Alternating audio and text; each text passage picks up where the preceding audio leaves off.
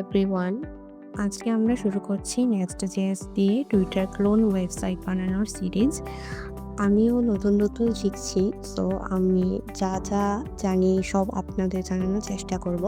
কোনো ভুল হলে অবশ্যই কমেন্টে জানাতে পারেন। প্রথমে আমি একটা এমটি ফোল্ডার VS কোডে ওপেন করে নিলাম।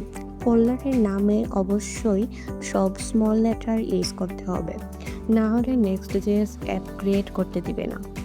এখন টার্মিনাল ওপেন করলাম, কমান্ড লিখছি সেটআপের জন্য npx create -next -app, তারপর একটা স্পেস দিলাম। এখন যদি আমি এখানে অ্যাপের কোনো নাম দেই, তাহলে আমাদের মেইন ফোল্ডারের আন্ডারে আরেকটা ওই নামে সাব ফোল্ডার তৈরি করে নেবে, যেটা আমি চাচ্ছি না।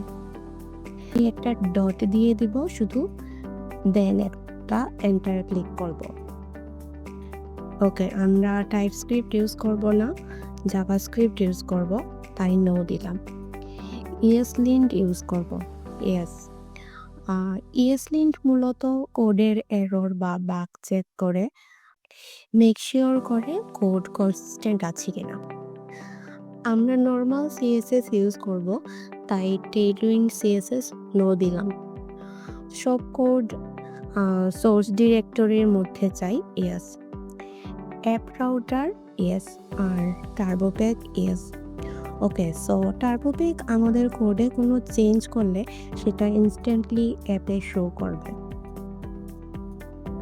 নেক্সটের অন্যতম সুবিধা হলো অ্যাপ রাউটার ইউজ করা।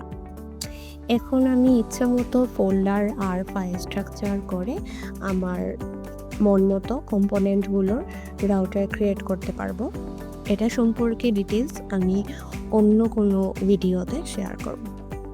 Import aliases with add by default change করব না, সো নো দিলাম, কারণ এটা আমাদের সিম্পলেস্ট ওয়েতে ফাইল ইম্পোর্ট করতে হেল্প করবে।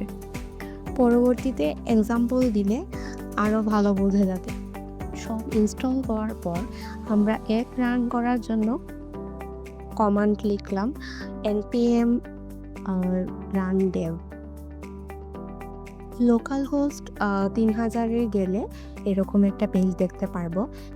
এই পেজটা মূলত অ্যাপ ফোল্ডারের ভিতর page.js ফাইলটা, আর এটা পেজের CSS ফাইল। আমি এখন পেজের সব কোড রিমুভ করে দিচ্ছি। হ্যালো লিখলাম, এখন এটা সেন্টারে শো হচ্ছে, কারণ এখানে CSS আমি এখনো রিমুভ করিনি। এখন আমরা ক্লোন বানানোর আগে টুইটারে গিয়ে দেখব একটা ইউজারের কি কি ইনফো লাগে, তাহলে সেটা আমাদের ইউজারের মডেল বানাতে কাজে লাগবে। তো প্রথমে লগ ইন পেজ শো করছে। আমরা ক্রিয়েট অ্যাকাউন্টে যাই। এখানে নাম, ইমেল আর ডেট অফ বার্থ লাগবে অ্যাকাউন্ট ক্রিয়েট করার জন্য। দেন ইমেইলে ভেরিফিকেশন কোড পাঠাবে, ওইটা নিয়ে আমরা পরের স্টেপে যেতে পারবো। এখন লাগবে একটা পাসওয়ার্ড। অ্যাকাউন্ট ক্রিয়েট হয়ে গেল। এখানে প্রোফাইল পিকচার চাইলে স্কিপ করা যায়, নিকনেম ডিফল্ট একটা সেভ হয়ে যাবে যদি নিজে থেকে না দিই। এখন নোট ডাউন করে নেই ইউজারের কী কী লাগবে। Email, name, date of birth, nickname, picture. প্রোফাইলে দেখা যাচ্ছে জয়েন ডেট লাগবে, profile picture, cover picture, bio, location, এগুলোও আছে ইউজারের।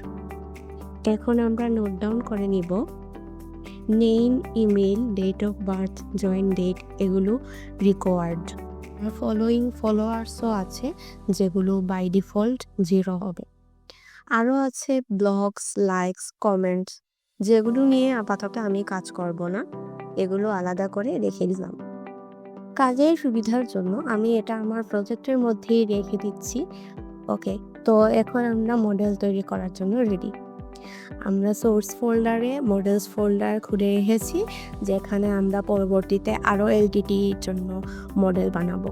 এখন user.js নামে একটা ফাইল খুলেছি ইউজার মডেল বানানোর জন্য। এখন আমরা ইউজার স্কিমা নামে নিউ স্কিমা বানাবো।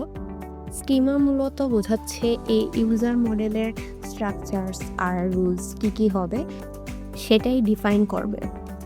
এখন আমরা স্কিমা ইম্পোর্ট করব মঙ্গোজ থেকে, সাথে মঙ্গোজও ইম্পোর্ট করে নিচ্ছি, যেটা পরে কোডে আমরা ইউজ করব।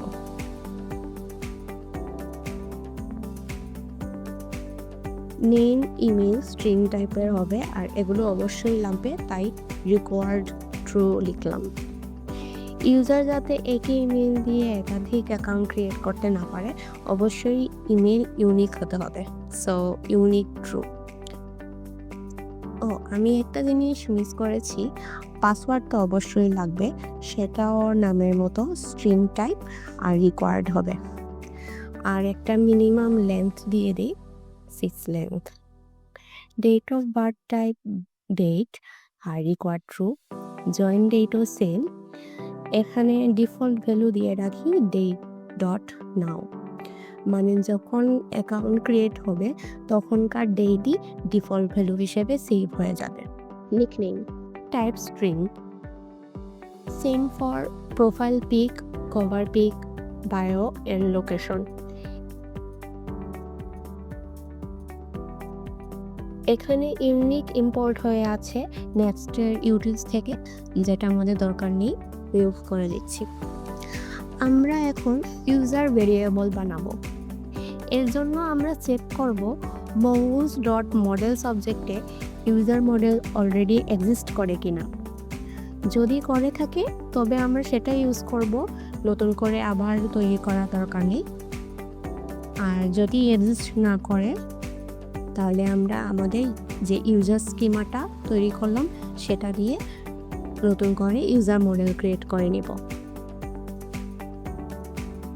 এখন আমরা ইউজার ভেরিয়েবলে মডেল অ্যাসাইন করে নিলাম। এখন আমরা এই ভেরিয়েবলটা এক্সপোর্ট করে নিব, যাতে এটা অ্যাপের অন্যান্য ফাইলে ব্যবহার করতে পারি। এখানে একটা স্মল মিস্টেক করেছি, জয়েন ডেট যেহেতু ডিফল্ট ভ্যালু সেভ করেই নিবে, এক্ষেত্রে আর রিকোয়ার্ড না লিখলেও চলবে, রিমুভ করে নিলাম। এখন দিব ফলোয়ার আর ফলোয়িং, যার টাইপ নাম্বার আর ডিফল্ট ভ্যালু দেওয়া থাকবে 0। এই ক্ষেত্রে ডেট, স্ট্রিং, নাম্বার সব ক্যাপিটাল লেটার দিয়ে স্টার্ট হবে। ওকে, তো আমাদের ইউজার মডেল ক্রিয়েট করার ডান। দেখা হবে পরের ভিডিওতে।